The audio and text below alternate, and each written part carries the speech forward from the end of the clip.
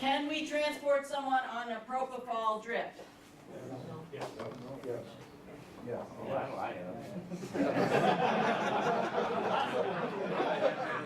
The yes is when. It is actually in the SCT protocol. So propofol, we are. That's, you guys are all SCT, you're just not critical care transport. So as far as the propofol, what are some of the things you have to worry about with propofol? First of all, how long does it last? Yeah, it lasts minutes, so if it's interrupted, realize that that patient might suddenly become awake on you. So you might need to have a backup plan. Just be aware of that with propofol. What are some of the other issues with it? What are one of the side effects that you need to watch for in some situations?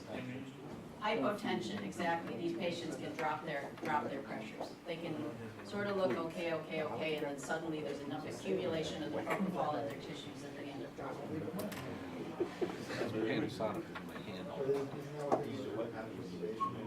We use it a lot. It's not conscious. It's procedural because they ain't conscious. They're not, so it is a sedation.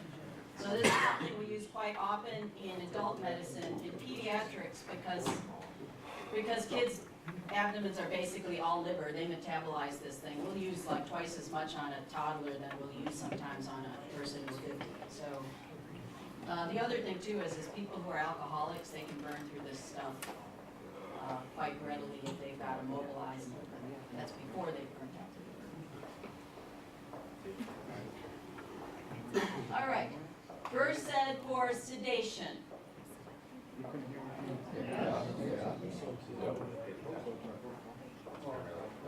With medical control. So you can use it for sedation if you end up calling ahead for with online med direction.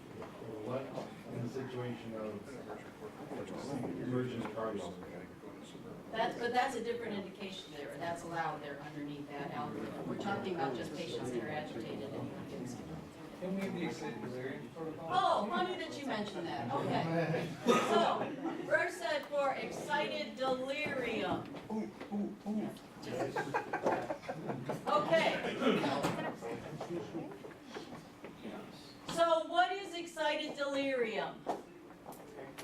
Tell me. Yeah. Extraordinary strength and There's a whole bunch of things there. But so a lot of people make the mistake that excited delirium is your agitated patient. So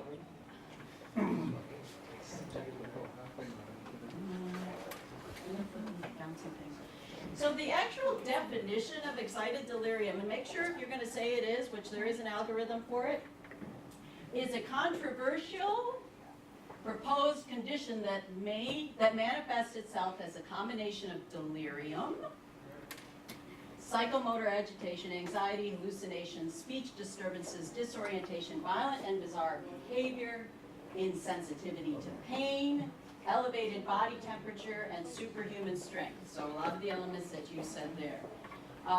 A lot of this definition arose, remember how probably about 5 to 10 years ago, there were all these people that were dying in police custody, and it was making the news, and they were wondering what was going on, and the police and medical people say, well, it really looks like there is something, because these people they're sitting there fighting, restraints, etc. They seem to be unbelievably strong, and then they all of a sudden arrest.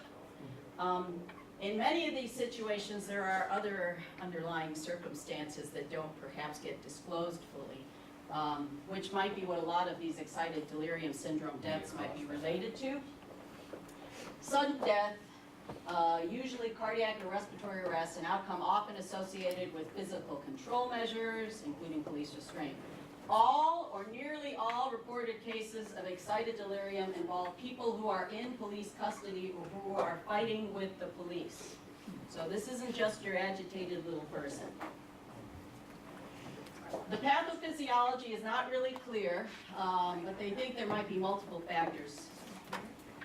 They might include positional asphyxia, like being held supine with a knee on your chest, perhaps, hyperthermia, drug toxicity, catecholamine-induced fatal cardiac arrhythmias, so a lot of these patients might have unrestrained sympathomimetic stim, blood pressure is shooting up, heart rate shooting up, and a lot of our patients, because of what they do on a regular basis, have heart disease, among other things. Most common in male subjects with a history of serious mental illness and or acute drug abuse with stimulant agents, cocaine. We've also got the some of the bath salt related things that we're seeing this with, and the synthetic marijuana too is another one we're seeing it with. Medical conditions that can resemble excited delirium include panic attacks, hyperthermia, diabetes, head injury, delirium tremens, hyperthyroidism.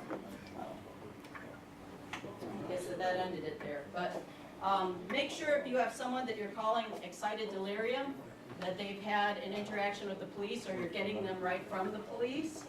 And the idea with this whole thing was to try to prevent some of these deaths by getting them a benzodiazepine as quick as you can so that you can decrease some of this catecholamine surge that they're thought to have that are afraid will kill them. That's what excited delirium is.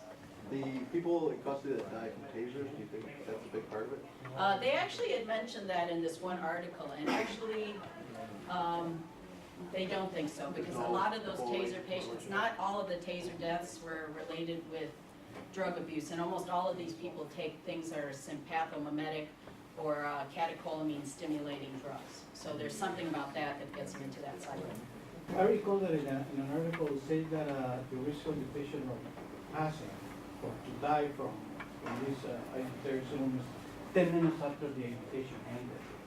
Apparently they high risk of also be treated that they stop breathing And the thing is, after the agitation ends, that could be terminal event. That's not actually formally in the definition. That's just, and that's still not knowing what exactly we're dealing with, because this isn't a very large number of patients that we can study. But this is a specific entity, the excited delirium syndrome. So realize what you're talking about when you put that down as an indication to get Versed. If you think someone needs it for sedation because they're agitated, yes, call and ask for it, because most of us who are on the other end will say, yeah, that makes sense. There's been 4 or 5 cases over the last few months that we've given it for excited delirium, and not one of them fits the entire definition that Dr. Teuscher was just talking about. There really is only one time, and correct me if I'm wrong, an intubated patient that you're bringing from one place to another. You can always ask a doc in ER or sedate them with Versed. It is not meant to be the sedation drug just to make it easier for us to put them on a stretcher. So that, I think, is the reason people have been giving it. And this was one of the topics we have discussed in length, Dr. Teuscher and I, about giving sedation drugs, because we really shouldn't do it, like she said, unless we give medical control. So, again, the 5 cases that I know of do not fit her definition that she just put up on the board. Well, when you have some altered patients, so like either like maybe like a stroke-like patient, trauma patient, something to do with the head that's produces somebody to be very violent, very disoriented, and have a tremendous amount of strength and of like an unknown like ideology, like you don't know like exactly what happened, and it becomes like a danger to yourself, where the main thing that you might be able to do is like you can't get on the phone at this particular point because they're thrashing you and your partner around, and then you get enough people to at least hold this person down enough to give Versed to help this patient calm down and not be a harm to themselves or others. Like, well, what are you doing in that? You still want us to, to call, but That's the way to the call protocol the way is. that it's. The- But realistically, like, you're kind of, we're put in inopportune positions on a daily basis. Mhm. That How you many want. situations have you actually had like that where you were afraid of your life and Probably a solid handful or better. But it doesn't and happen what often. did you do? What's that? What did you do? One of the times we were able to restrain the patient, we were to call. And yeah, we'll just use that example. So we can't tell you to violate the protocol. I mean, No, that's I what it comes down understand to. that. I And understand. there are But reasons there's- for the protocol too. Yeah, no, and I understand that. But there's certain times there's. In order to get the idea. Well, so you gotta get the IV in them in order for that to end up working. So how did you end up getting that? No, but if you give it IM, Yeah, you still Like gotta what they hold do them down. Yeah. I know. And you still got a needle that's flailing around, so.